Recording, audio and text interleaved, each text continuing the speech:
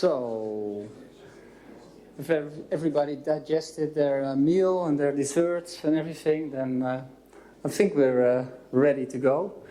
So this is the exciting bit, right? Sustainability, net zero 2050. This is the best presentation of the whole week.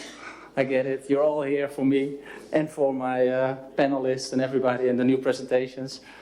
I do think with sustainability, it's about the mindset. That I don't call it just sustainability. It's the mindset, sustainability, because sustainability is very broad. I did a Google search on it. It showed me 2 billion results, and there are other three-letter words besides ULD that show up more results, but it's still 2 billion results. It's very broad, right? So, yeah, what is sustainability? Well, if you look at it from a broader perspective, sustainability is what you encounter every day. It could be within the recycling. It's all has to do with climate change or with the climate, with the future, basically. And that's why we have the futurist now. If I go to the next one, I think it's, because sustainability is so broad, I keep it quite simple for everybody, how to teach children on sustainability. How would you teach children? So I'm not saying you are children, but I would like to keep it quite simple and sort of relate to what you would do with children, relate to our business in the ULD industry. Because the ULDs are just such a small part of the whole sustainability thing we're trying to achieve. So what I found some stuff on the internet, obviously, and I thought about it, and I found, how to teach children. First of all, pick your own fruit and vegetables. And if you think about it, pick your own fruit and vegetables, you will select the right one. You'll think about, hey, is this from a local provider, or is this a good apple? Is this a good banana? Where was it harvested? How was it grown? If you think from it from a ULD perspective, you would think, okay, where do I buy my equipment? Who's providing it? What are they doing with it? What is that company? What do they do? What's their sustainability policy? So I was thinking, it's the same thing for children. Applies to us. So when I say visit the farm, you go with your children, you see, okay, here's a cow, it gives milk. But now think about the ULDs again. You go out, you see where it's manufactured. Go to the manufacturer and talk to them and see how they actually manufacture it. How does the facility look like? What materials do they use? Touch it, feel it, smell it, whatever you can do. Just go out there. I think it's important when it comes from sustainability perspective to actually understand what you're investing in and what you're using on a day-by-day basis. Because the ULD is extremely important, even though I think, and I've heard people from Atlas, Greg, said it many times, we're the lowest piece of the airline industry at the bottom of the barrel, but it's extremely important. Cargo doesn't move without the ULD. It hasn't changed. Of course, you could bulk load, but the majority here uses ULDs, otherwise you wouldn't be here anyway. Create do-it-yourself recycling bins. Same story, right? Think about what you're actually buying, what you're using. Could you dispose of it? What's the lifetime? Where do I dispose it? How do I dispose it? How do I take it apart? Just think about it for once. Get the container out there, or get the strap or the net, and take a closer look, rather than telling your repair station, hey, here it is, if it's scrapped, then throw it away. Just look at it, how it looks, how strong it is, what materials are being used. So think about how you dispose the materials.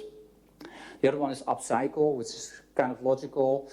And there are parts of the equipment we're using on a day-to-day basis which we can reuse. And there are initiatives which are reusing parts of containers or of straps and nets for other types of equipment. I think that's also important to think about on a daily basis. Plant a garden. So plant a garden, build something which is sustainable, which is environmentally friendly. Think about, about the environment out there. Just take a look around and plant a garden around your facility. Where do you work? It has nothing to do with the ULD, but it has to do something with the climate and sustainability. Make a worm farm. And I said make a worm, it's kind of interesting. You wouldn't think it relates, but it does relate. Because when you make a worm farm, you would understand how it starts to grow and how it dies and how it's degraded in the earth. So think about your product, think about the net, think about aluminium, think about paper, plastic. how does it actually degrade? Is it biodegradable? What can you do with it? It's the same thing with the worm farm. Once you start understanding, you also start understanding the life cycle of the equipment you're using. Inspect small creatures. With the magnifying glass, you can inspect the small creatures, but also look into the details of your equipment, right? Look into the details of the materials. What are you using? Is the strap of this manufacturer the same as that strap? What materials are they using? How is it manufactured? How much energy is consumed?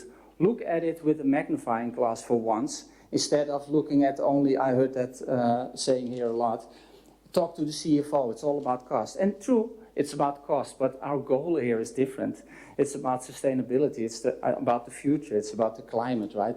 Forget about the cost for once and look into detail what product you actually have. And last but not least is explore nature. And the three little boys are my little boys or our little boys, and they're always exploring out there and trying to figure out, what is the earth, what can we do out there, can we play here or can't we play here? And in the Netherlands these days, the whole emission topic is extremely big. You cannot even build a house. It's very difficult. There are all these environment limitations, which I understand, because it's difficult at these moments and times. The environment is key to our future. So if you have any questions, you can ask right now. Maybe about the worm farm. So I got two quotes, basically, two things. On swag or promotional items, and you see it here as well, right? There are a lot of promotional items. You can read it for yourself. It's in the lanyards, it's in the bottles. It's the whole bring your own cup thing.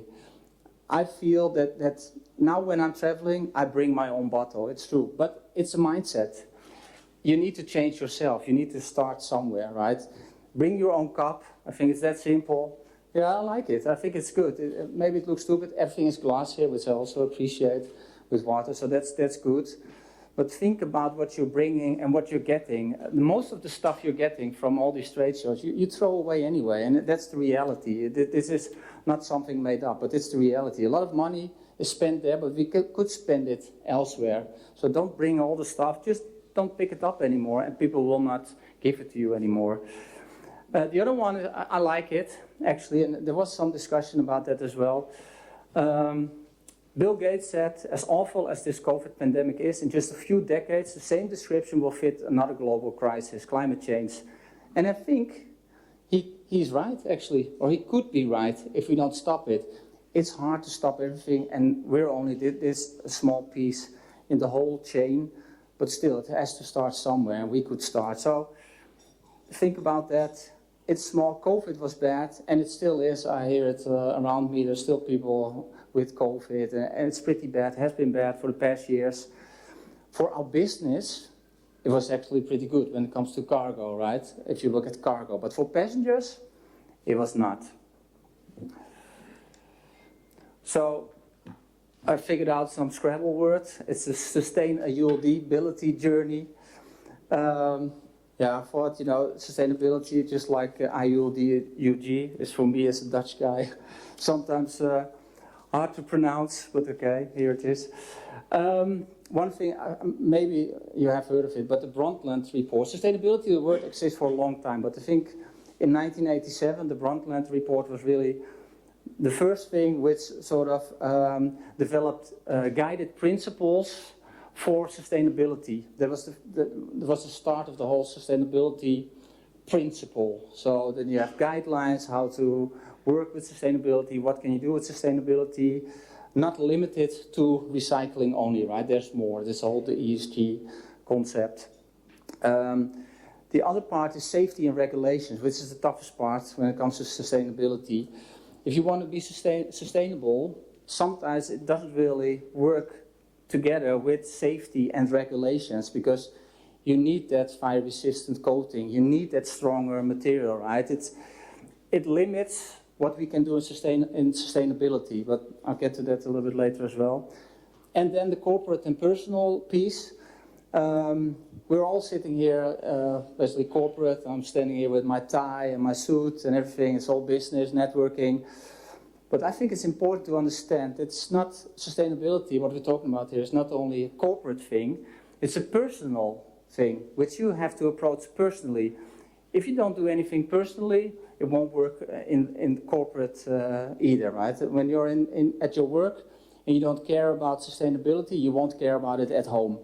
Even though your CEO will tell you, or whoever your CFO tells you, you need to be sustainable, probably it's not in your mind. You won't be thinking about it. You wouldn't care. You'll still leave the tap running.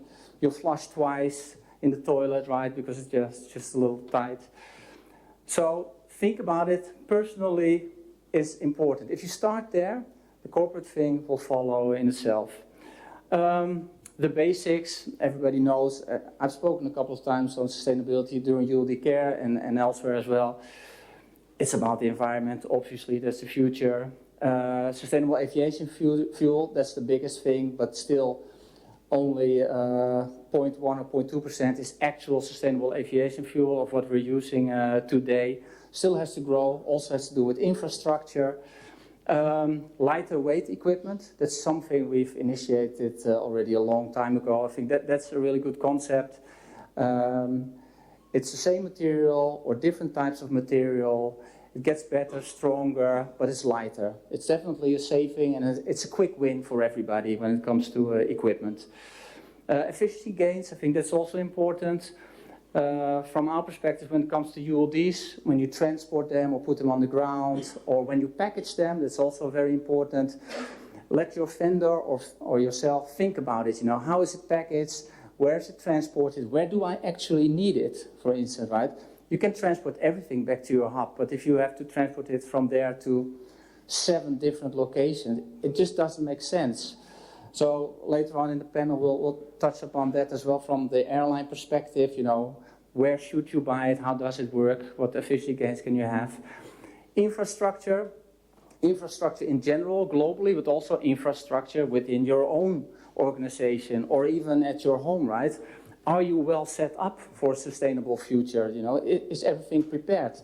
Are you efficient in what you do? Do you purchase the goods in an efficient way? Do you think about when you purchase, or do you just stock it and have it there for 7 years and not using it? Well, that's a total waste.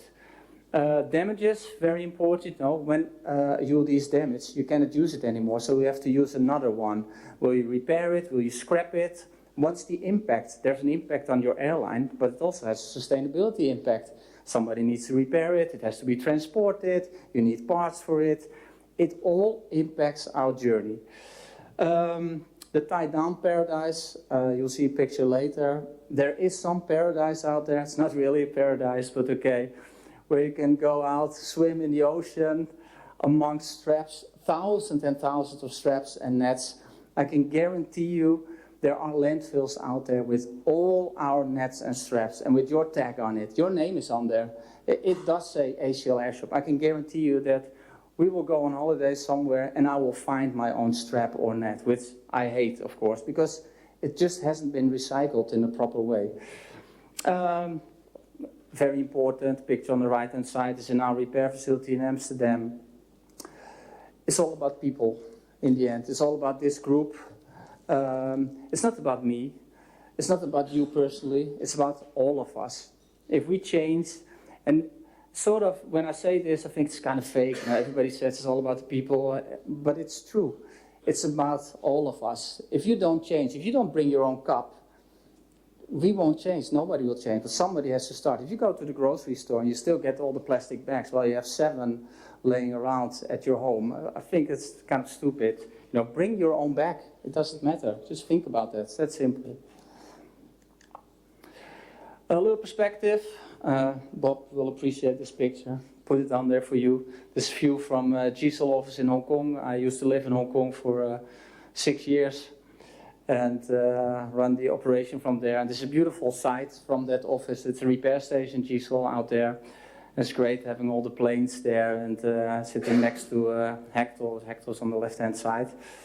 One of the things I noticed already during conversations and during all the meetings is that Still, many companies work independent from each other, no communication. And they want to, but it just has to do with company policy, so you don't always talk to each other, but we can learn from each other. At least we can learn from each other, listen to each other, and then don't reinvent the wheel, but learn from each other, and hopefully we can cooperate with each other without any non-competition or competition issues. I think when it comes to sustainability, we should be able to work with each other. Responsibilities, it's everybody's responsibilities. Like I said earlier, it's not the owner of your company, it's not the guy who's cleaning the floor, it's not you, it's me, everybody's responsibility. Is it the vendor? Would you say it's the manufacturer? Is it their responsibility to create a sustainable product? Or is it us to tell them I want a sustainable product? Or is it the money who will tell us we need a sustainable product? Is it private equity who tells us it's a sustainable product? What do we want here? The value of sustainability is quite easy, I guess. We all know that. Our goal is to reach net zero in 2050. But our goal is actually not net zero 2050. Our goal is every day to have a healthy environment, a good climate. So I know it's important, net zero 2030, 2050. I heard multiple things. All are important. But I'd rather have net zero tomorrow than in 2050, so the sooner the better.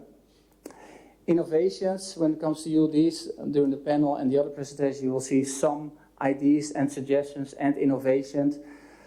There is not a lot in ULD and tie-down country, basically.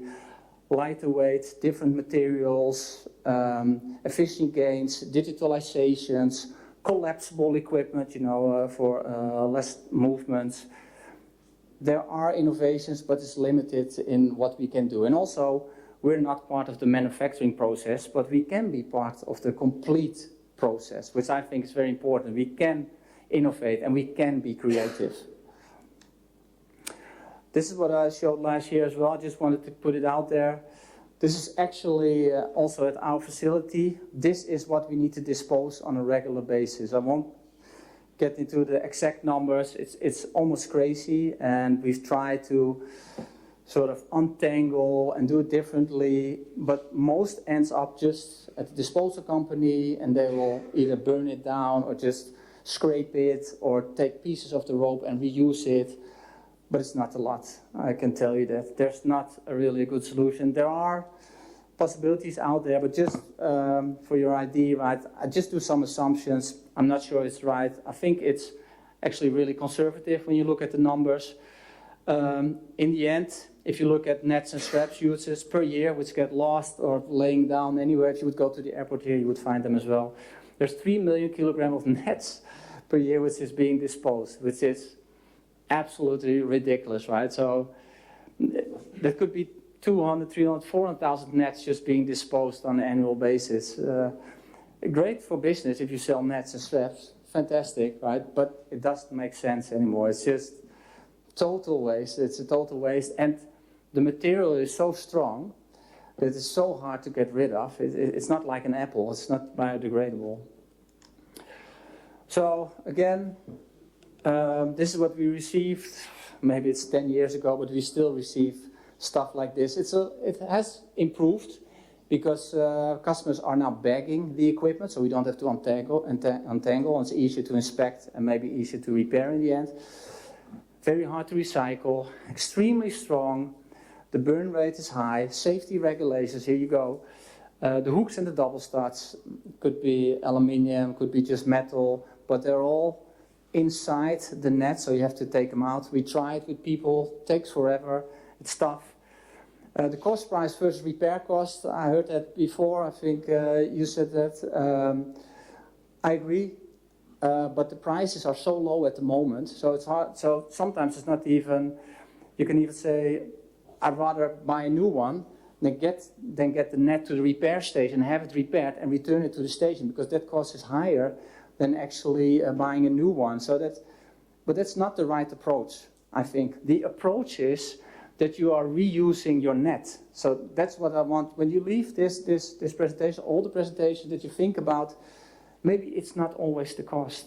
Maybe I can have an impact, but a sustainable impact and not a cost or profit impact.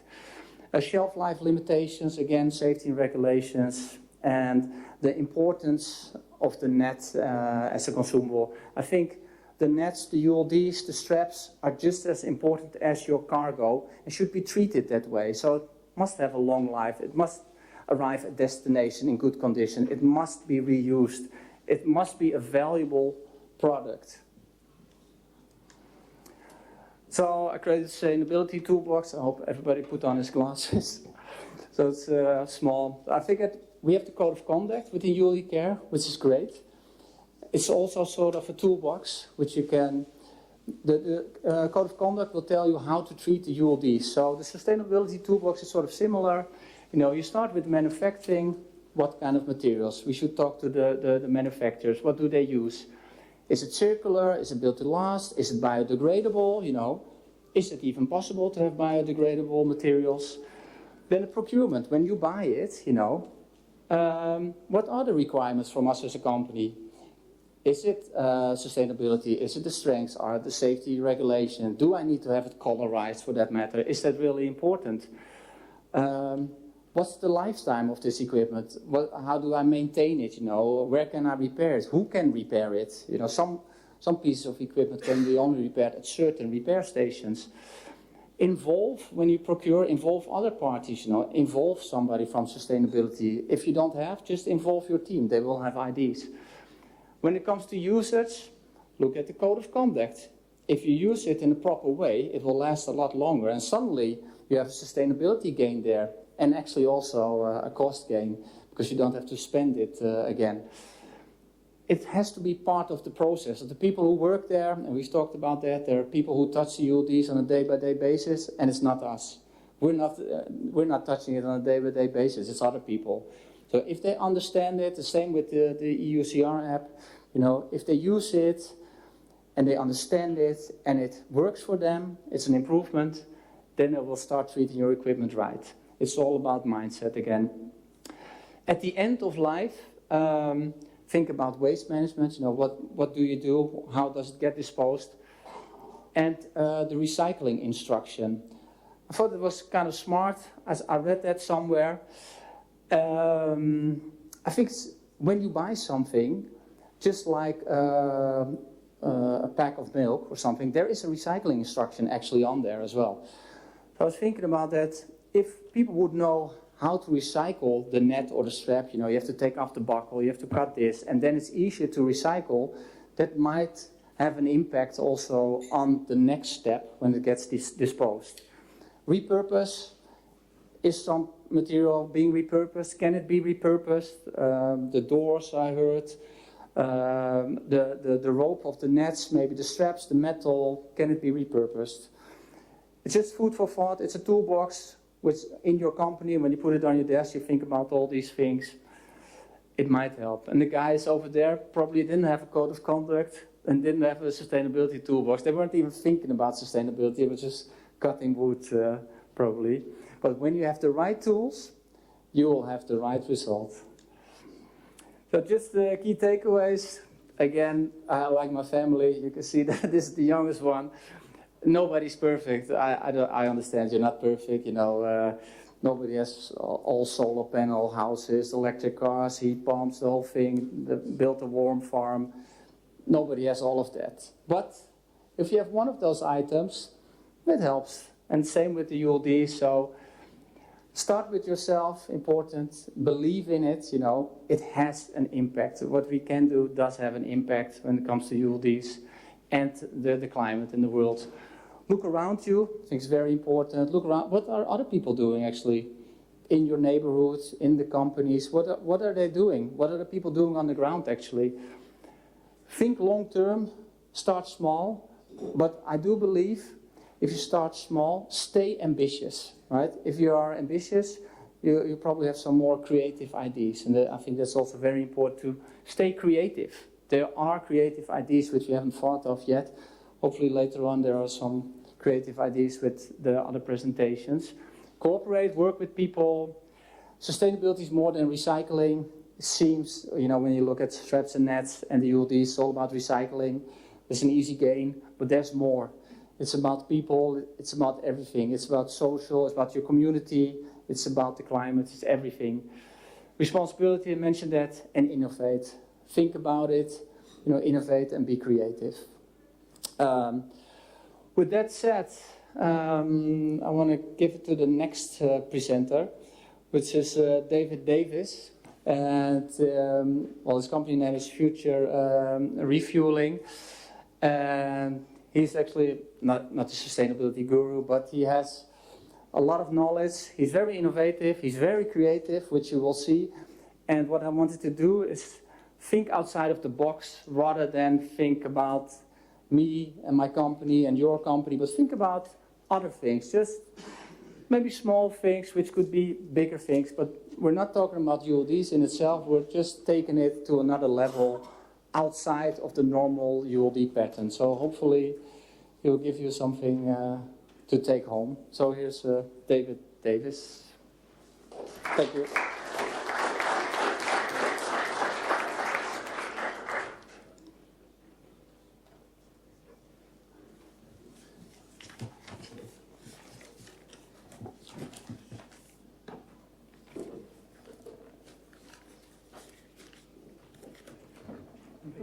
Great. So good afternoon. Let me just check this is working. Good. One back. Yeah. So my name's David Davis, and I am the owner and originator of Elios Ecolab, which is this house here.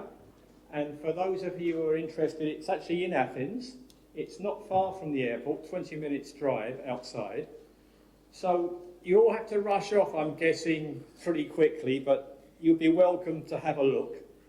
But what we do here is live a zero carbon, zero waste lifestyle. Now you heard correctly, zero carbon, zero waste. So we're off grid, we generate all our electricity ourselves, and we power the house with, we have 54 solar panels on the roof. We have some other panels elsewhere, but so we power the house and we power our cars. So I drove here in my Tesla, and it was charged by solar energy from the house. So that's how I'm zero carbon. We bought the car second hand. It was badly damaged. We repaired it. So it is possible because, in your presentation, it's very interesting, thank you. You mentioned that, zero carbon by 2050. For me, that's a nonsense. I'm doing it here, right now.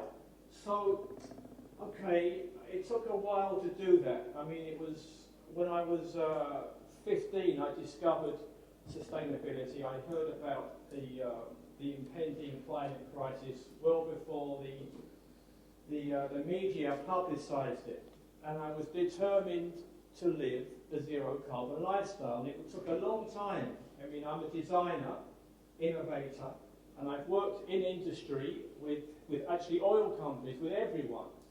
I'm not judgmental, we have to do this all together, but it can be done, and I was determined to make it be done. Sorry? Took the microphone. Okay, sorry, yeah.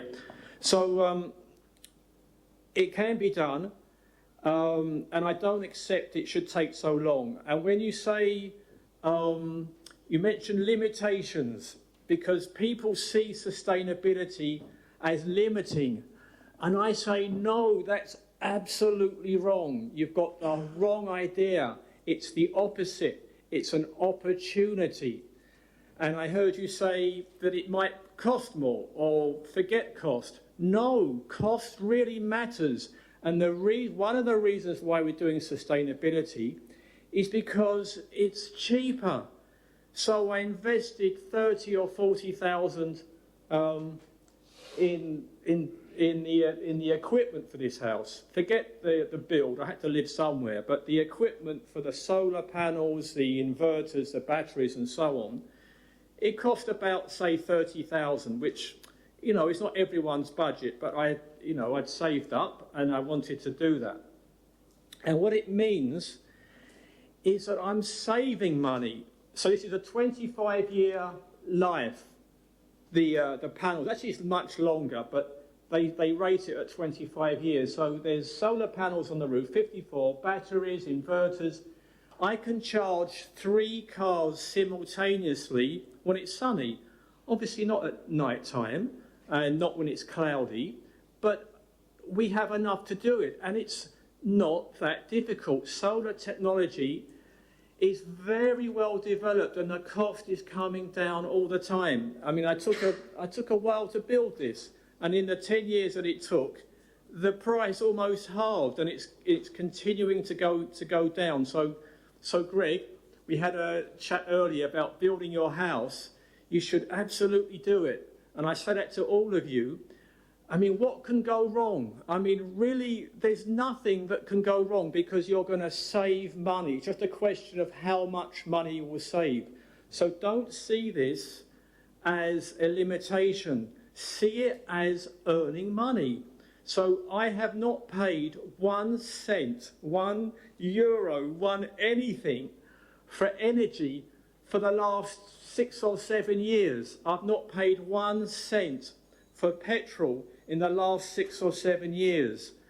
And this will carry on for 25 years and longer. So I'm saving money. The payback on these systems is about between 3 and 10 years, depending on if you have batteries or not. So that would be one of the key takeaways is think of it as an opportunity. You're going to say to me, okay, on a sunny day, you make a lot of energy. On the left there, that's 75 kilowatt hours in a day, which is a huge amount. It's a power station. And on a bad day, it's 5 kilowatt hours. Okay, I mean, I have batteries and I have to live my life according to what the sun is doing. And that's not so terrible because it makes you more engaged with the environment, and that's a totally good thing. So this is, we manufacture the electric vehicle charging. We make the actual boxes, we do the software, and this architecture is our design, and that's our car that I drove here with. So it's wonderful. So don't see it as a limitation, see it as an opportunity. And the Solar Electric Club, this is the T-shirt I'm wearing, is our organisation. So we leverage all the opportunities there are with sustainability. So the energy transition is perhaps the biggest story industry-wise for the next 50 years and more. So there's a business here. So you might say I'm an anarchist capitalist in a way. It's a funny saying, but you can make money out of this. Don't see it as a limitation. So we do charity work. I take our solar trailer with the Nissan Leaf to schools and events, and we meet people and we engage with them, and it's fun, it's enjoyable. And we do stunts. So this is Anavissos Beach, which is to the south of Athens. And we made our own petrol station on the beach. It's an electric vehicle charging station. And we did some charging there just to show what the possibilities are. We just think so narrowly. Open your mind to the potential possibilities. We also recycle products, so we recycle batteries. This is a Peugeot 208e that was crashed. We managed to get the battery from the insurer, and we took it apart. It's very dangerous, it's 400 volts, but we're using it for a power wall for a house. And it's totally doable. I mean, we didn't know how to do this before we did it, and we just worked it out and we did it. And this here, you saw me walking around with this telephone. It's a €5 telephone. We took out the inside and we put recycled batteries inside. So it's a power bank, and we can sell these for €50.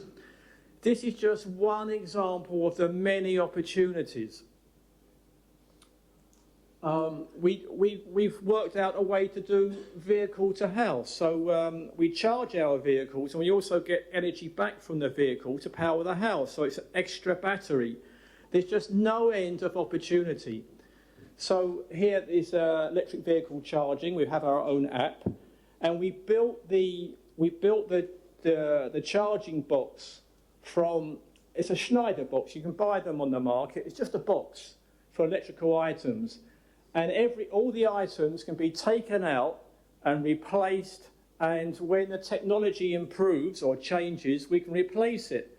So it's designed to have 100 or a 200-year life because it's been designed like that from the start. You can recycle it, whereas the charger on the right, it's all sealed units that you can't, if it goes wrong, you have to throw them away.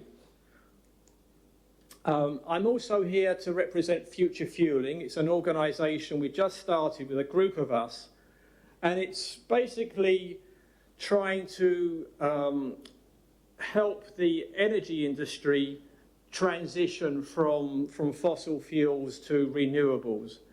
And we call it Future Fueling because it's industry friendly. The name sounds as if it's to do with fuel, which is what it was, but it's not. It's going to be renewable energy. I could have called it Save the Planet, but that's not very sort of palatable for an industry body. And that the same mindset that we're applying to the energy industry, I'd like to propose to you that we can apply to the airline industry and the air cargo business. So, you know, I've come here to meet you all and to show you what I'm doing, but this is also a business opportunity for me and for you, because we can make something work together. We can make our industry more sustainable. I mean, the toolbox that you mentioned, you showed, was very good. It listed all the items, but it's hard for us individually to do all that. So let's do it together. Let's collaborate. So what I was going to say was, you know, I took these images from the internet, and clearly this is not sustainable. I mean, single-use anything is just, you know, it can't be sustainable, and we have to find a way to solve this. And we could do a study. We could do a study together. You can do it with me. You can do it with any innovator. But we can make the cargo industry more sustainable, a lot more. I mean, the sustainable fuels will help, obviously, but this is happening every day. Every flight, the plastic and the cardboard isn't recycled, is it? I mean, well, it's a single use. So we've got to find a better solution. The nets, okay, they're flexible and sort of convenient for the moment, but I was listening to you, and I thought there's other ways of doing that, and I'm sure that we could work it out if we made a study. So you know, one of the ways that we could do that is to grind the nets down and make it into pellets. And when they're into pellets, you can melt them and make it into a building material, you know, a sheet. You've probably done some investigations on that already, and I think it's a very hard plastic, you're saying. And very hard plastics are very valuable because they're useful for many things. So perhaps not a building material, but perhaps an engineering material. And there needs to be a proper study. I haven't got all the answers right now, but I'd like to urge you, you know, when we debate this at the end of the afternoon, let's do something together. Let's do something which is going to reduce our carbon footprint and save money. I mean, how much do those nets cost, roughly? There's no talk about cost here. No talk about cost, all right. But they're very high because they're a very good plastic. So, you know, I'm sure we could do some saving if we just thought about it some more. I'm sure you already have done some thinking, and we could share some of our thoughts. So that's kind of it. But I I wanted to show you this. It's in the car. I'm going to bring it in. I was in a bit of a hurry to get here, but this is a recycled bit of furniture. It's a chair made of cardboard, and it's made of refrigerator boxes, and they're everywhere. You just go outside any electrical appliance shop and you'll find them. So we made a papier-mâché cover, and it's the paper is from the airline cargo industry, believe it or not. We live near the airport, and this is your part of your story about digitisation, isn't it? You want to make it go digital, because there's so much paper. There's files and files and files of paper just thrown away. So we took them and we papered these furniture, and it's perfectly, you know, there's great. I'm going to bring it in, and I'm going to sit on it and show you. So I'm just saying we can think out the box. It's funny, but it's not, because this is our future. It's Jos's children's future. It's my children's future and your children's future. We just can't stay here and carry on doing the same. We have to jump in and do something, and let's do it together, because there's opportunity and saving money. Thank you.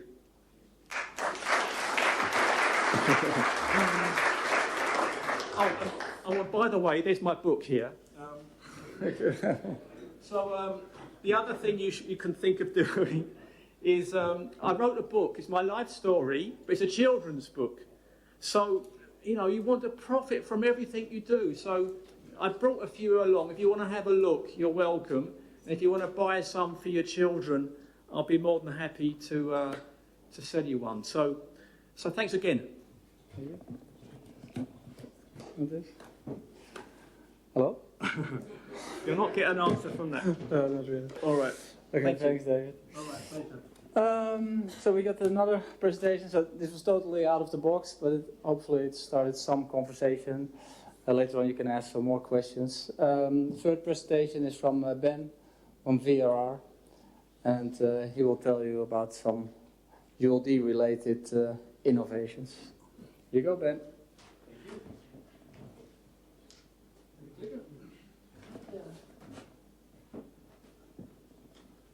Oh, yeah. Thanks. Good afternoon, everybody. Yeah, Jos approached me, I think, 3 or 4 weeks ago, asking me if I want to participate again in the sustainability track here.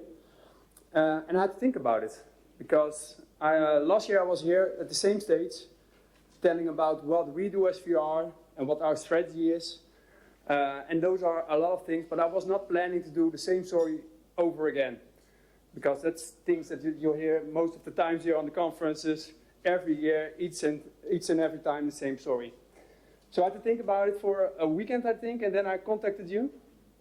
And I grabbed back to, yeah, this is our strategy, but I grabbed back to what a challenge was, and something that we found very difficult to understand.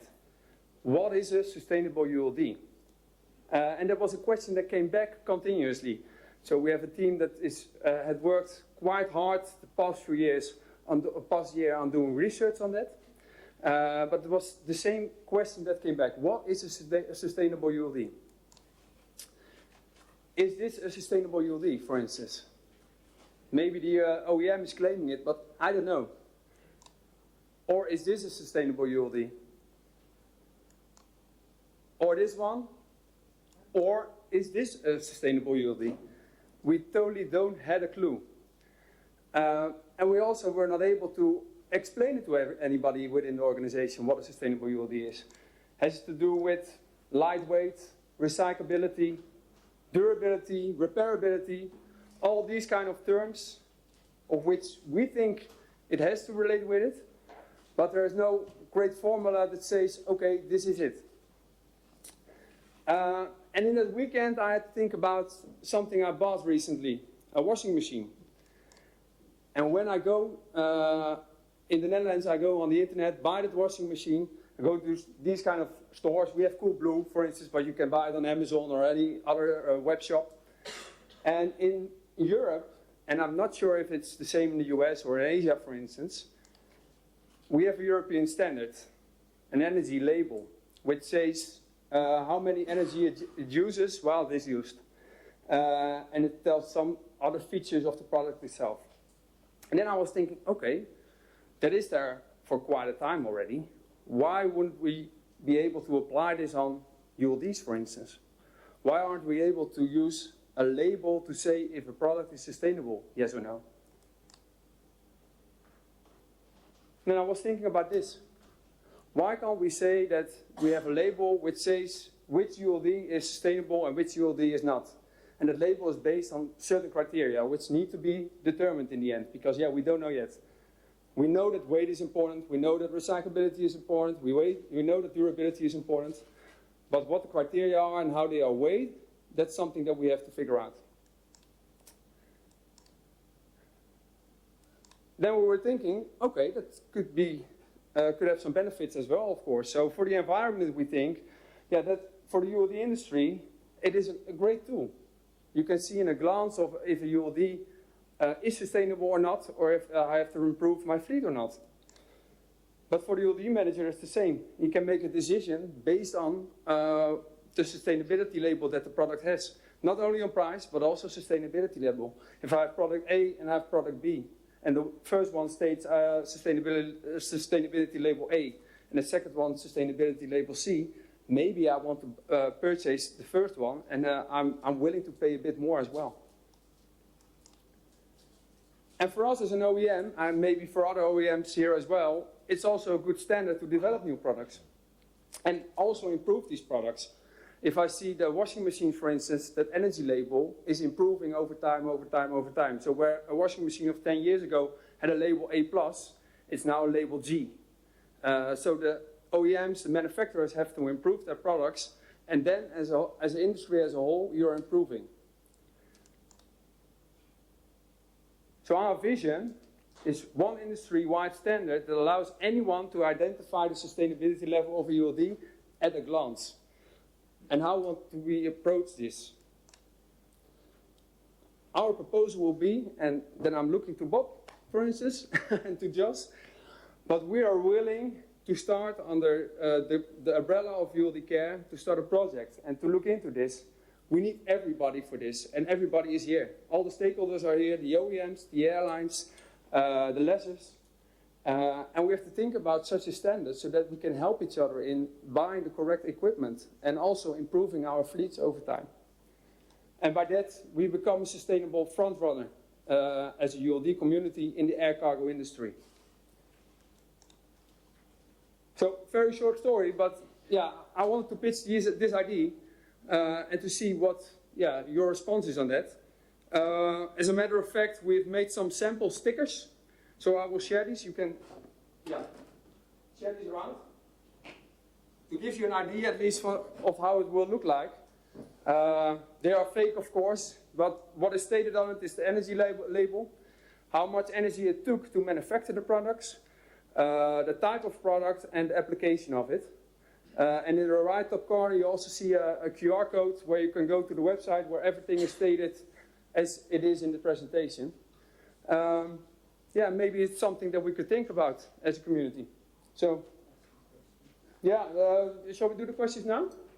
Maybe somebody has questions about the ID, or it's just a pitch, right? So maybe there are alternatives. Yes. We have put up microphones. Oh, it's over there, next to you.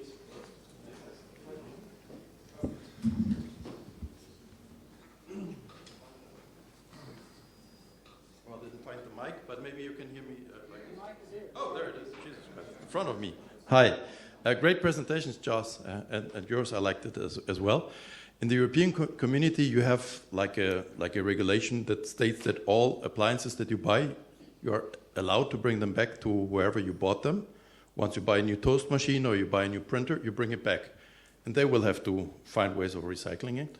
And isn't that something we should be also thinking about when we deal with buying nets at, I would say, unplaced? So to cooperate and to work together with all the ones that are selling these appliances, open question.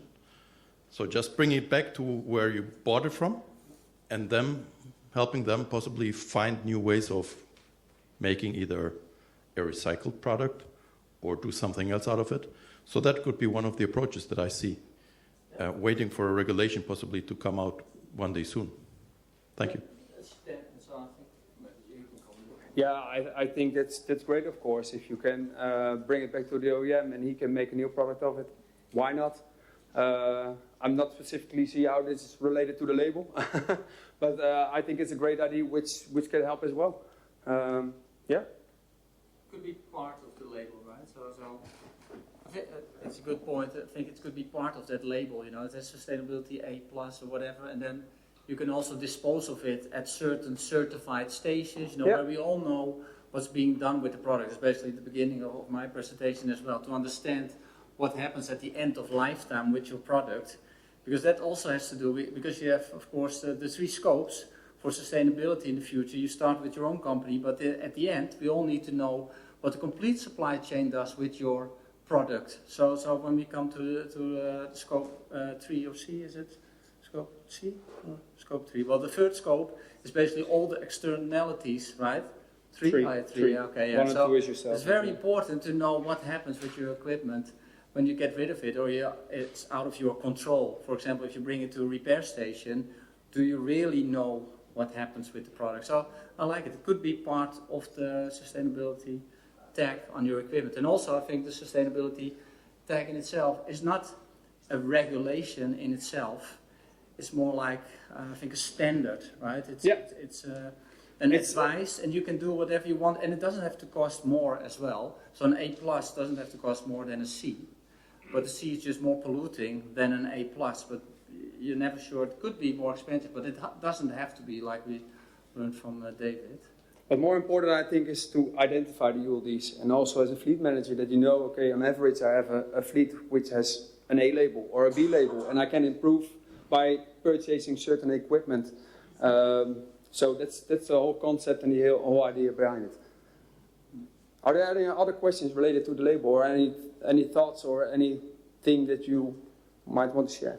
Yeah, hello, this is Ben Roling from TGN Aramid. We have been doing quite already some life cycle analysis of ULDs actually in practice. And what we typically see that the whole sustainability is dominated by the use phase. So actually the manufacturing phase is really, really tiny in the energy, in the CO2 emissions, in the footprint. So you really have to think about how will I weigh in all these different things. So the use phase and the production phase. So if you start to think about footprint, then it's better. The only thing you have to put on the label is the weight of the container, and then you're done.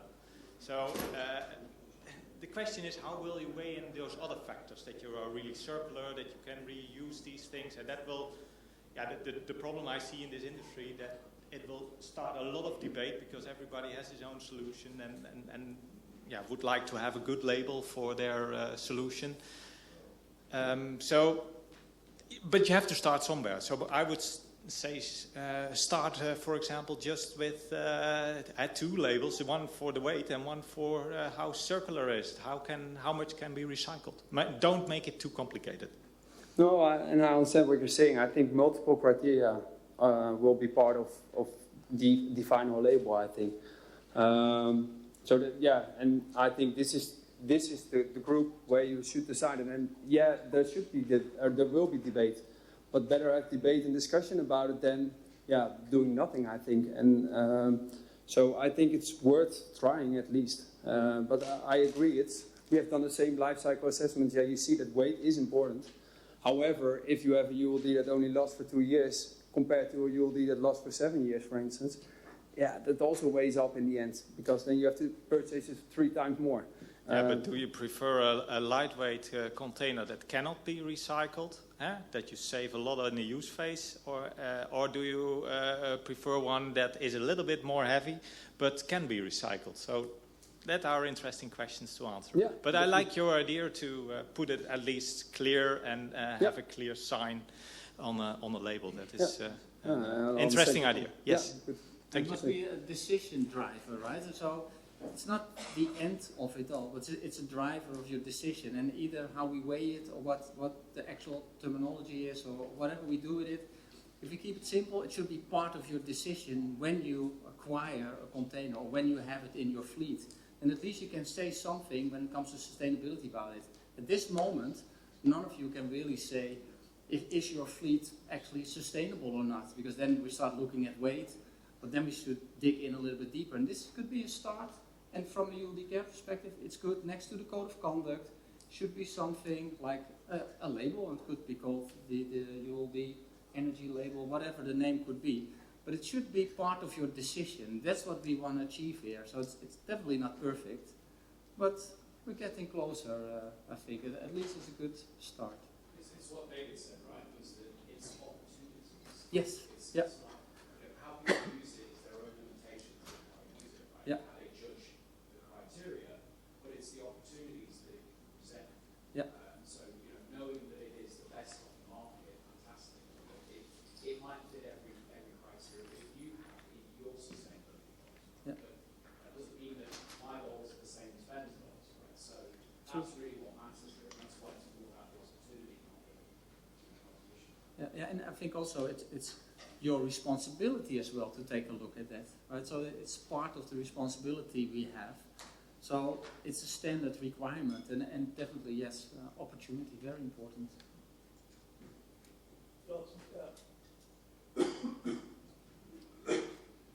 Yeah, I think it's a great idea. No, And I mean, I would look at it as, we can choose. Do we want to be on the defensive or do we want to be on the offensive? Because if we just want to do nothing, one day we're going to wake up and find that we're in the firing line for not taking enough effort towards sustainability. And as I said this morning, I think the ULD community has done a great job. As I said, when I started in this game, a typical AKE weighed 125 kilograms. Now they're around 55 to 60. I mean, the saving is incredible. So we've done a good job, but I like this idea because I think about it also. You're right. If I buy a washing machine or something, I will look at that label. I have no idea how the label's been computed because it's multiple factors. So, but I'm assuming I can trust the label, and I would definitely choose the one that's got a better rating. And I would definitely stay away from the one that doesn't have a good rating. So I must say, I think it's a creative and nice idea, and it adds to the ULD Care philosophy of trying to strive for being something better. I hate to use the word working group or whatever, because we all know how they go. But I think this is a worthwhile idea that we can and we should be thinking about. And yeah, it may take us a little while to get at something, but good on us. Let's give it a go. And I also think what's important is that ULD Care is independent, right? So it's not the case that the manufacturers will decide their own label. I got an A+, well, yeah, I got an A+ too, right? But I think it's important to understand that if it comes from ULD Care, it will be independent, and we'll go out there and we'll label it. And there will be discussion, obviously, because everybody thinks they're an A, not a B or a C. But we'll get into that debate and see if we can get to some kind of agreement that everybody and the manufacturers also think, okay, we're on the same page. There's some simple criteria, and this is an A, B, and C, and they can improve, like you said. If they have a C now, and they know why it is, they could improve into an A. And if you, as the consumer, understand why it's a C, you can still decide for the C because it has a longer lifetime, it's stronger, it's a little bit heavier, but you understand what it stands for. I think that's important, and as ULD Care, and I think that's also important that Ben's not talking about his own product. It's just an independent idea for ULD Care to promote and to create some responsibility within the group. Well, your product might be good, right? Yeah, still good. And to David's point that, he fully went, net zero. Yeah. That's fantastic. The question I would have is, how did you know that what you procured was also net zero? And was that a good purchase? Was it sustainable? It probably was. I mean, he's the expert, right? So you would anticipate that. But at least knowing, okay, the product's fantastic. This is what it's rated as. But how is the actual company producing it? Yeah. And you could probably have various different categories to your point, right? It's difficult, it's complicated, and also when it comes to disposal, similar to I said in the milk carton, right? There are plastics in there, and that's, most people still throw it with the cardboard, but there are plastics in there. So if we also define that, what kind of materials do you have, and is everything biodegradable, disposable or not? I think that should be part of that label. That's interesting to see what the manufacturers can do, what the purchasing the department will say, what your company will say, and what you personally think about it. You also got to think about the end user as well. So from an airline perspective, you make it recyclable, you make it a little heavier. That means I'm going to consume more jet fuel when I'm flying them around. Exactly. So the weight of the container is very important for the airline, as well as the durability of the container itself.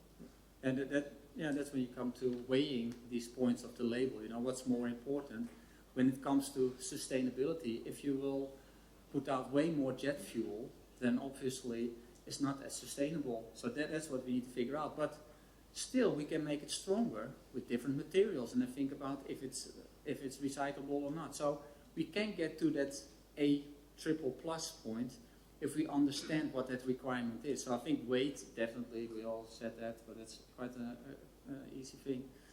Weight is very important, but lifetime is as important, and also end of life is very important. And then the whole process of the parts, where they're being manufactured, what's their energy consumption. It goes on and on and on. But we would like to keep it simple, at first, and then we have working groups, or we have discussion. This is not something which will exist next week. But, if we can continue the discussion within ULD Care, we have the participants here. We got the airlines, we got the manufacturers, the end users. We don't have basically the hardware manufacturers yet, but we could also talk to them. So if you include everybody, you could have a nice result. Anything else? No? Okay, then we'll start with the panel. So I'd like to have everybody on stage. Faisal, Ben, Greg, and David. David, if you also would like to join. Should I call you on your cell? So, basically, I just want to continue the discussion. I know it's always hard to ask questions from the audience, but I would like to have a little bit more interaction. So maybe, if everybody's okay or feels comfortable, I'll just point out some people I do know, just to ask some questions, how you're doing. I'll start with the panel, but I would like to have some interaction rather than only listening. You've been listening for a while now. It's also nice to have your input if you're willing to. And if you don't want to say anything, that's also fine, of course. So I prepared some questions based on earlier conversations and just the sustainability topic in general. So one of the questions I had, and it's for all of you, and actually for all of you, what do you think has changed in the past 10 years in the industry? So maybe in our industry, so I won't ask David, but Greg, if you would like to give it a go. I can start. I don't know. Is this on? Can you hear me?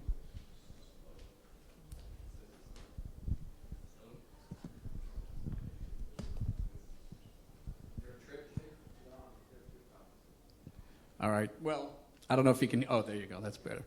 I was on this panel last year, so instead of tackling a 10-year question, how about we tackle a 1-year question? So, except for one person here, none of us are sustainability experts, I would say. I mean, we've done a lot of research. I talked to David. I did a lot of research on my own for building a house, etc. Yoshi and I have been talking for years about this. But I think the biggest difference in a year is that companies are really starting to drive this. A year ago, we didn't have an ESG vice president, which we do now at Atlas, okay? We didn't have a department of ESG, okay? Most companies now, especially in the US, there's a big push for ESG, and whether that's on paper or it's just something that looks good, but I can tell you on the Atlas side, I was showing Yoshi this morning, we have a 28-page PowerPoint presentation that's very dense with a lot of writing of all the planning for what Atlas is planning to do to reduce carbon by 20% by 2028. So we are in a business that is a polluter. We fly airplanes that are heavy, that fly long distances, that use fuel. So a lot of that is sustainable aviation fuel, etc. There's something called shark skin, which is being developed that goes on the outside. You put it on the plane, and it increases aerodynamics of the airplane, so you gain, I think, 0.07 in fuel betterment. We're also looking at better flight plans and better routing, so you can, using technology, we're tweaking our flight plans so there's no waste. I mean, granted, you have weather, you'll have to divert and do things like that, but you're going with the most efficient flight plan to use the least amount of fuel. So that's some of the stuff that we're doing. And then from a ULD perspective, I've been talking to my vendors. I've talked to a lot of you guys here this week. I know some vendors are putting solar panels on their buildings, which, you know, really helps in the energy consumption and the, you know, the lack of raw material used to make equipment. So you can put panels on your roof, make solar buildings, etc. We've talked about recycling. On a small scale, I'm working with one of my repair vendors in the US just on real small things. Instead of, when he repairs a net, putting it back in a plastic or polyurethane, he bought burlap, okay, which is biodegradable. He's recycling. We even talked about a carbon offset program ourselves, just him and I. I said, if you're scrapping metal or something and you're getting a fee for it, don't give it back to me. Get a tree and plant it, and then call it a carbon offset. Who's to define what a carbon offset is? You could put out a press release. It was one tree. Atlas Air signs carbon offset program with XXX, and it just gets out there, and it's something that you're talking about. So little things like that. We try to combine trucks. We wait for, you know, pallets to recover from one destination. We don't pick up 10. We'll wait for 30 or 40, et cetera. So that's what Atlas is doing. So in a year, I think Atlas has come a long way from the top of the company, because the ESG vice president is a vice president. They have the ear of the CEO, et cetera. So on a small scale, I'm trying to do little things. They don't even know about it, but these are just little things we're talking about, all this other stuff. So I've talked to everyone here a lot this week, and we talked about what we can do. So that's kind of what we're doing. So 10 years, I mean, it's kind of light years. I mean, in 1 year, I think we've come a long way. I had a conversation about 40 years ago when I started on the ramp at Pan Am. We actually, during peak season, had cardboard AKEs that we only used for peak. Don't know who approved them or whatever happened, but they showed up every peak. And I would say at least 50% of our vehicles at JFK, which was the hub for Pan Am, were electric, and that included FMC loaders. So I don't know what happened, but we were electric in 1986 when I started on the ramp. And we had cardboard AKEs in peak season, and we had electric GSE. So that's my story, and I'm sticking to it. Thanks. Faisal, maybe similar to you, you know, you're from a repair facility, so that's a totally different perspective, because you get all the damages, basically, all the trash. So I'm just wondering, you know, in the past year or years, has anything changed for you, or have you changed your approach, or do you notice any change with the customers you work with?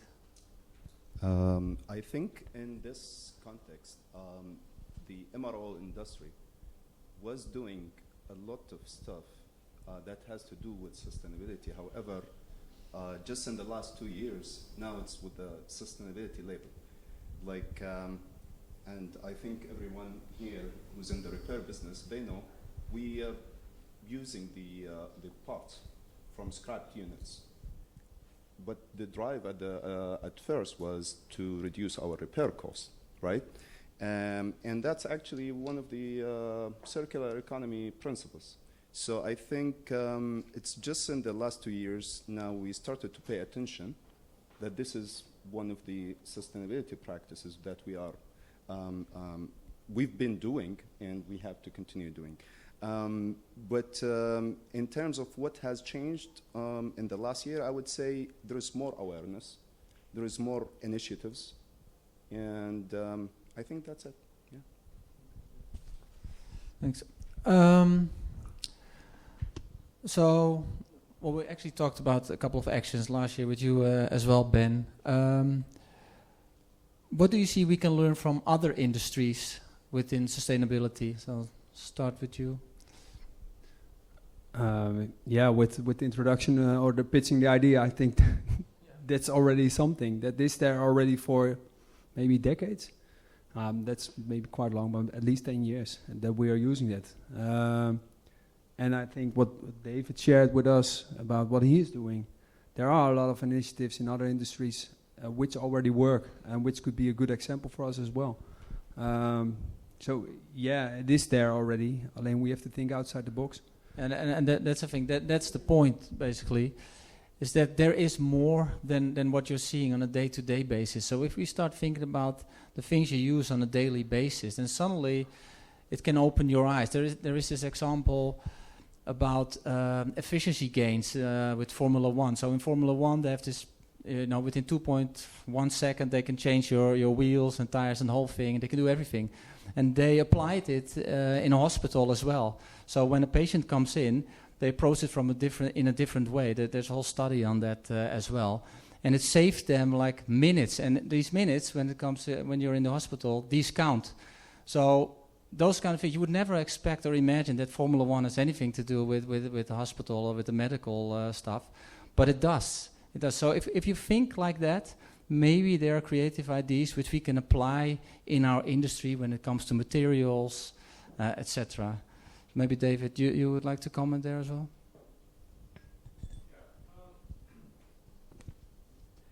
Yeah, I think there is some lessons because I think I can't say exactly what's happened in your industry over the 10 years, but I can say what's happened in society over the last 10 years. And I think we're reaching a tipping point. What do I mean by that? Is that we couldn't even have this discussion 10 years ago. People would think you were some kind of crazy, actually. But the fact that we're all suited and booted here and we're talking about sustainability means that I'm very encouraged. And even in the energy industry that I know more about, you couldn't say this. They'd ask you to leave or something. So I think I'm very optimistic in some ways. Obviously, we're a bit slow. I mean, climate change has arrived before we knew it, but at least we're talking about it. I think actually, to your point, is that now we have to talk about it, right? And that's, I think, that's the problem. We shouldn't have to talk about it if we changed it much earlier, but now there's no way back. So climate change is here, and regardless if you think it's not here, definitely we're talking about it. So there's something wrong with what we're doing, and things are changing. The environment is changing, and we are changing. We should have picked it up in 1923. What was it? I don't know, but I think it's long overdue, but it's never too late. Adam, obviously you're working for a ULD management company, which can generate efficiencies. So I'm just from your company perspective, what do you think you can do to have a better or more sustainable approach? Yeah, it's interesting.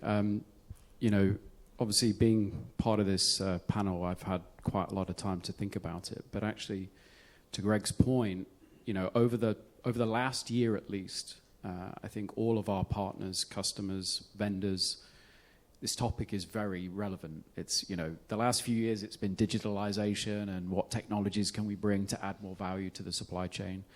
But it's really sustainability. And I think there's obviously a few leading factors for this, right? I mean, it's being driven by the WEF, it's being driven by the United Nations, it's being driven by the owners of the big companies and corporations, right? The BlackRocks, the Vanguards, and that's where the money is, and it starts with that. So, the social conscience now with social media, with the media, it's very relevant. We didn't have as much exposure to our impact, our personal impact, whether it's a business impact or personal impact over the last years. But now with social media, you can see everything that you're doing, you can see everything that everybody else is doing. And as I say, that social conscience is now sort of driving the business conscience, which means that we're now having to make changes. And I look around and some of us have bought our own water bottles. I brought mine from home. I didn't just grab that. I actually did bring it from home. And I do take it with me everywhere. That's a personal decision. That's not a company mandate. You know, and I see here that we've got water bottles, you know, and not the actual plastic bottles. That's fantastic. But actually, from a ULD Care perspective, I love Ben's idea. I think that's fantastic, and we should have a working group on that. But one step before that, what actually do our members need? And should we, as ULD Care, also have a sustainability charter in terms of what we should do? And actually, what are we contributing from this event itself? And can we strive to be net zero for this event? We've got water bottles, but I see we've got plastic wrappers in the candy. So, you know, and to Ben, I love Ben's idea, right? And we're not picking on you, Ben, so, but I love Ben's idea. But he gave himself an A rating. And I would say maybe an A minus, because handing out cards that are actually going to go and end up in the trash, right? So do you see it's the small details as well as the bigger details in terms of the circular economy, the net zero. These are the buzzwords we all hear, right? So from a Unilode perspective, there's so much we can do. And just like, you know, Atlas Air, we didn't have an ESG officer until earlier this year. So now we've started on that journey ourselves, you know, and getting our organization aware of the impact that we personally make, that our business makes. And so we've started that journey. We're quite in our infancy, but we've already identified that, you know, our repair facilities, for example, any new lease that comes up for renewal, we want to make sure that it's using clean energy or renewable energy, that our, you know, warehouses have forklift trucks. I think we're at 60% right now. There are, of course, some challenges. You know, I think there are locations where electric forklifts aren't even available. So there's work to be done, but we can already start doing it. And, you know, I think from Unilode's perspective, we're doing quite a bit ourselves because our partners are asking us to do it. You know, what are your goals? And we hear 2050, 2030, but actually our customers are saying 2027. Like, how can we reach a threshold by 2027? So we're under some pressure right now to make sure that we've got some very clear, defined goals. And you know, there's lots that we can do. Absolutely. Okay, I don't want to start a fight between the two of you, but I do believe so. I get it with the stickers, but to create awareness and to bring it back home to your office and to show somebody, it makes sense to provide a sticker. It's a good pitch. Yes, Cam. So, of course, I'm definitely not the subject matter expert with Delta when it comes to sustainability, but I happen to sit next to the gentleman who is actually the sustainment person for Delta Cargo. And what we've done in Delta, we've actually have sustainable officers in cargo, passenger, even to OBS and IFS. And what they've done is try to have a carbon offset flights and net zero flights to where all of the creature comforts as well as the catering has been reusable, forks, knives, cups, plastics, to even making it a max cargo flight with the shrink wrap that is biodegradable. So everything that they could possibly utilize to make that a safe flight, they actually made it with reusable material. And they've done that from Amsterdam to Atlanta. They have also a domestic flight. So they're trying these different things. So this is truly a relevant topic, and we're making inroads. It's not easy, but it's definitely necessary. I could also say that we are looking at different ways as far as we talked about the MRO and different repairs that we do. We try not to scrap much and to scrap and throw away. We scrap as far as what I come from industry where we say we cannibalize. I come from a tech ops. We cannibalize and we utilize that material so we can use that same part and material to fix repairs. So we do all of that to lower our carbon footprint. So from Delta's perspective, this is very relevant. I happen to sit next to the person, so I hear all those things about the sustainable aviation fuel, how they're going to nest that, and having those different customers that will buy into it as well. So it's definitely a good topic. So that's my comment. Again, just another question while you're standing, if you're okay. Is there a push also from above to you, to your department? Do you factor in sustainability from now on, or have you always been doing that? So I get it with the cannibalization and the scrap materials, but is there also a certain push that you need to reach? Are there any targets for you, or is there anything in your department? Yes, they have certain targets, and it's based off of years. So, you know, the next one is 2025, then it's the 2030, 2035. But really what we're trying to do is to decrease the utilization of straps and nets and lashings, because that is, I see it as a low-hanging fruit for us to do something differently with that, because they end up basically in crates, you know, just sitting there. So that's one of the things that we're looking to really impact. And also, is there anything, so I'm thinking about those straps and nets, you know. I'm wondering also if there should be any lost and found. Actually, Ben, it reminds me of what you said earlier. Maybe you want to say it yourself, like the marketplace, right? Maybe you can come, so maybe there's just an idea on, could also work for straps and nets. Yeah, it was an idea that we were playing around with. Really, when your product is done, you can't do anything with it. That you have a platform where you connect certain companies with ULD owners who can use the materials that you have, perhaps for other applications. And that's it could be in a worldwide app where you just have all the addresses, telephone numbers. Oh, I call these companies and they can help me with getting the stuff recycled, for instance. Yeah, because what you are doing exactly the same with other products. Yeah. Oh, but same could apply. So also with the lost and found, we could also create kind of a marketplace or platform where you can say, okay, well, we got 50 Delta straps here. They're all tangled up, but if you want, you can collect them from YYC. So your MRO station, whoever, can pick them up, untangle them, and return them to you. Because I also believe that a lot of times they end up in a corner and they don't really know what to do with it. And if we have this platform also for end of life, but also for just equipment which is laying on the floor and you don't know what to do with it, ULD Care could act as a platform where you can sort of get in contact with other parties who can collect it, and so you can reuse it or have it repaired, rather than just throwing it in the bin at the handling station. Yeah. Yeah, hopefully that would work a little differently, because when we first got into business, we were collecting straps, and we were separating them and bagging them by the particular airline. And when we would call the airline and say, hey, we have these, we'll deliver them to your station, they'd be like, it's too much trouble to get them back, we're just throw them away. So we ended up throwing away thousands of straps that we had already taken the time to separate and everything. So I think it's a different environment now, 17 years later, where maybe if you call that station, they're not going to, because they have the sustainability guys who are putting pressure on everybody to find this out. But I think, from my standpoint, at least when we started out, especially for straps, it wasn't that difficult to segregate them, especially the majority owners of them.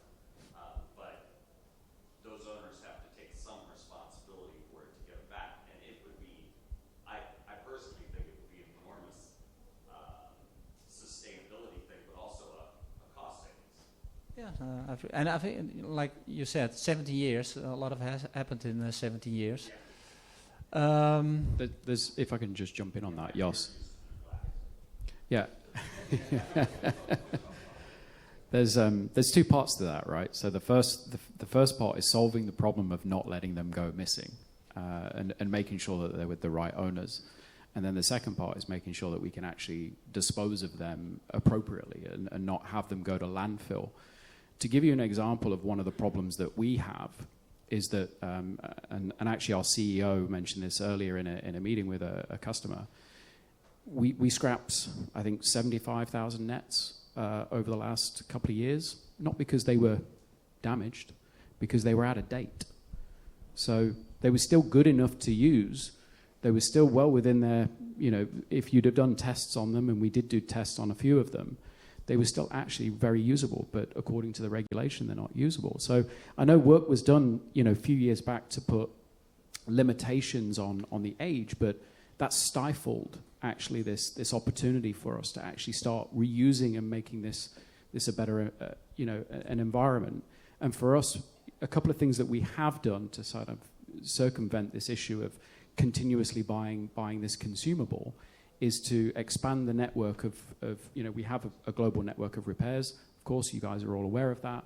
But we've now actually added that capability to do net repairs across the world. So rather than bringing everything back, we can now start doing net repairs where the damage happens. So that's great for us. That's a cost saving. For our customers, that's a cost saving. But it's also the fuel, the CO2, and everything else. But what we're looking at right now is serializing the nets. We want to make sure that we can track when they're on the pallet, that they're still on the pallet. Where are these things going? What's the data telling us, and how can we actually improve the supply chain? And then coupled with that, working with the manufacturers to say, look, these nets have probably been around for 40 years in terms of the material that's being used. Surely, and we know that there's one out there that costs 6 times the cost of a basic one, and you can have it for 5 years. But surely there must be materials out there that we can start to utilize, that we can either reuse, recycle, and make sure that it doesn't go to landfill. Faisal, yeah? Yeah, go ahead. No, I mean, that's a whole can of worms, the net situation, because we went through the CMMs recently, and a lot of the life cycle it's a recommendation. It's not a hard and fast date on some of these nets. So, and then when you test them, they're okay. But as far as the straps and everything like that, I mean, if it's close enough to a facility where we're not sending it all over the world, I mean, I can't understand who would leave even 10 straps somewhere. And as far as, repairs and nets, because of our regulations with straps and nets, you have to repurpose them. You can't really reuse them because they will fail the tests, in lots of times when you're going to scrap them, right? But, we have facilities all over the world, so we're always thinking logistics. We try to buy from the closest place and repair to the closest place where we're going to operate. So, that's green-ish, greener. I just want to add one little point, because that was my big message, is there's opportunity, and Faisal and yourself, you're repairing as part of your operations, and you get money for that. You get money for repairing, right? So that's an opportunity. I hope it works the way you think. I think what everyone is trying to avoid here is the commercial aspect of it. And I think Frank earlier touched a very sensitive area. And that could be, in my opinion, when ULD management companies or airlines buy their equipment, they can have, specifically on straps and nets, because I don't think that any of the airlines or the ULD management companies, except who, has their own repair station, knows exactly how costly it is to dispose these nets. How labor intensive, actually. I think you've said something about taking them in a machine and cutting them. It's not as easy as you think. You have these metal parts also. And in order to take off the metal parts, good luck with that, because your cost would be, much higher than you think. So, in the 10 years, I disagree with you. It's a recommendation in the CMM because it's on the TSO plate. And when it comes to EASA and FAA, when they do an audit or anything has to do with the shelf life, that's a basic element in the regulations. So you can't actually get away with it unless the OEMs changes the way they approach the industry. Because I think 10 years ago they did not have any expiry date, right? Or maybe more. So I'm not the expert. It depends. It the depends on the TSO manufacturer if there's an expiry date. C90. We just went through this with the FAA on something, and we pulled all the nets, put new nets on, and then when I went into deep research on it, the CMMs are written kind of vaguely. So if you punch a date in it when you punch a date when it's manufactured, but if you don't punch an expiration date, It's just the wording in certain CMM says recommended 3-year life. I mean, and that's not this conversation, so that's a different But situation. maybe what you and I were discussing as well is that, to your point as well, is that where does it start, right? So does it start from the customer, the end user, or does it start with the manufacturer? Well, that was my point. I'm looking at Manoj because he's going to yell at me. But I've had a conversation with a lot of people this week, like I said, and at some point, you know, when you talk strategies of ESG, that's only on paper. You have to actually make some action plans. And as an airline, we kind of have to put our money where our mouth is.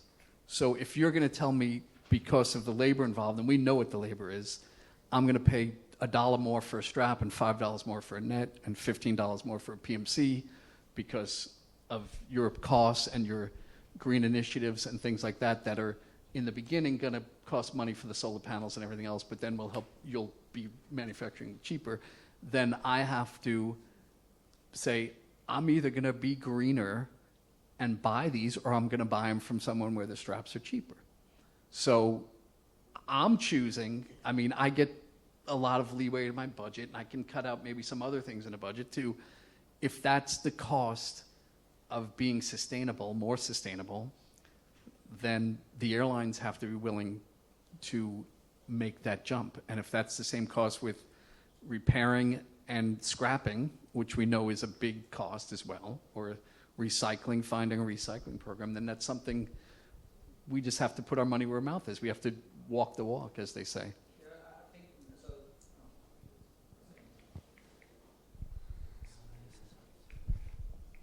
So it's almost the time as well. So maybe, not to cut it short, because it's a never-ending discussion now, I just wanted to talk a little bit about the materials. Oh, you still have one question? Well, I'd like to make a couple of comments, if I may, Joss. I've found this to be a very interesting discussion. And taking a little bit out of Greg's statement about looking back on a year ago, because a year ago, Joss and Ross from Uniload were on the ACH, the sustainability panel. And I thought it was very interesting. There were 4 panelists. 2 of them were from the ULD industry. And actually, they, in that panel, contributed a lot more what I would call practical things.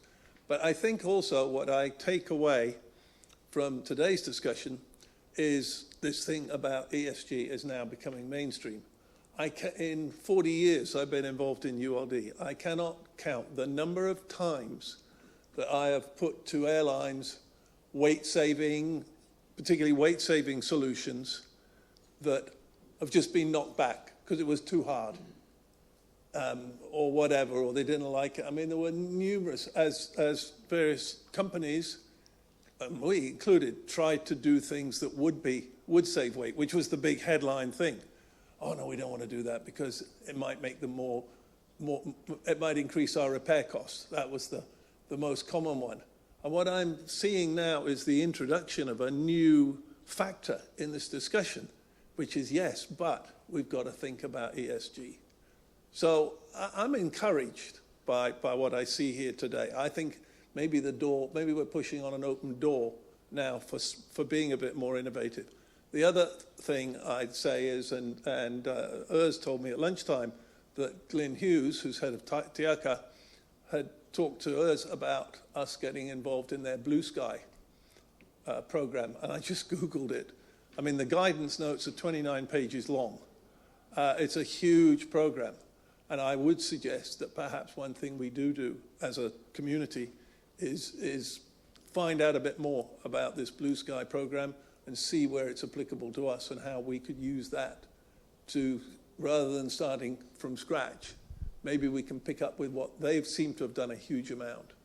So, yeah. Thanks, Bob. Just one quick question on that, right? One quick answer. It's great looking over the fence, right? But we have so much we can contribute from within ourselves. The opportunities are right in front of us. And it's right in front of you in your own workplace, right? So that's what I would encourage as well, is to do that in parallel, is to actually work to have the work stream, have this, but also look at that charter and really start to define how can we contribute towards what, our partners are also wanting to contribute to as well, and make sure that we're doing that in parallel, not just looking at somebody else, because what they are doing may not be relevant for us and it may not be relevant for you. No, yeah, I agree. There are many programs out there, but you can definitely learn from others. I think the one thing, because we can end this, we can take away, which I think is important, is that the driver of everything now is sustainability. It's not specifically the cost, even though I know cost and profit are very important, I get it. But why we're talking about this, because we all understand there is something going on, and we are part of that. So we can slow it down, we can stop it, probably not end it, but we can sort of be part of it, part of the solution. That's very important. And coming to practicalities, I think this group is more practical when it comes to materials. Actually, I want to ask Ludovic, he's a manufacturer for nets with Aeronet, and there's also Trip & Co out there, AmSafe. Maybe talk about materials, if they start producing the right materials, which last longer, are more sustainable and easier, repairable, that sort of stuff, that I think very important for the industry. Also the way we recycle, dispose materials, very important. So, yeah, most of all, be practical, very important. That's, I think, why we are sitting here, and that's what I want to achieve. Change your mindset, be practical, be creative, very creative. Save some paper with the EUCR, it does help, the paper is just useless, or put it on a chair. So thank you for listening, and if you have any questions, yeah, Faisal? There's a very interesting study published by ESA 2 days ago on sustainability in maintenance and production activities. It's considered actually the most in-depth study. It's 160 pages. Oh, that's good. That's for bedtime stories. Bob, if you can read it for us. This is actually all the elements, okay? And basically the end-of-life strategy. Nice. Airlines, we were talking about how many aircraft has retired between 2007, I think, until 2020, and that was 15,000 aircraft retired, okay? And they are still struggling with the same thing with the end-of-life, what they do.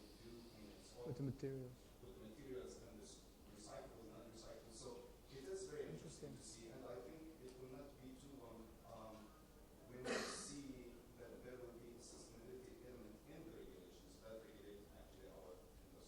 And then compliance is a big thing. Yeah. Okay, thanks. So maybe you can share that later on, and then we can put it on the ULDK website. Yeah, but then we can link to it on the ULDK website. So thank you, everybody. I don't know, Bob, if you want to close it, or Urs. So thank you for all the panelists. Thanks for your input.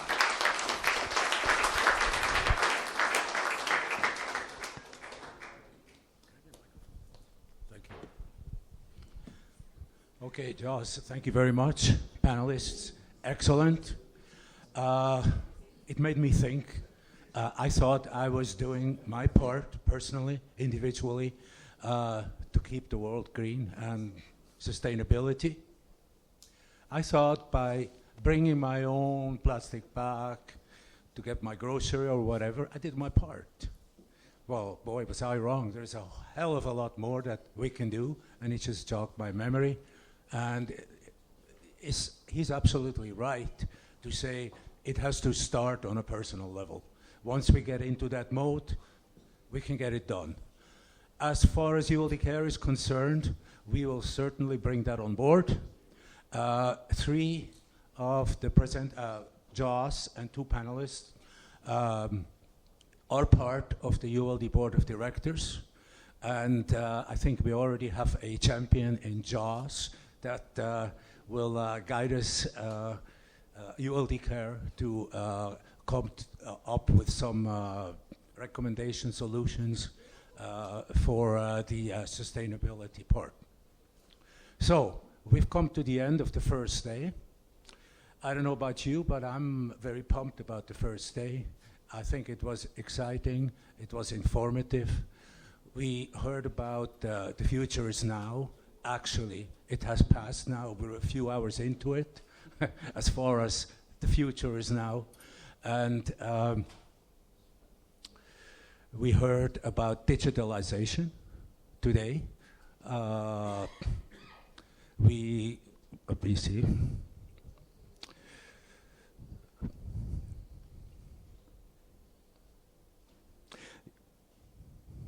Yeah, we heard about digitalization, future is now, sustainability.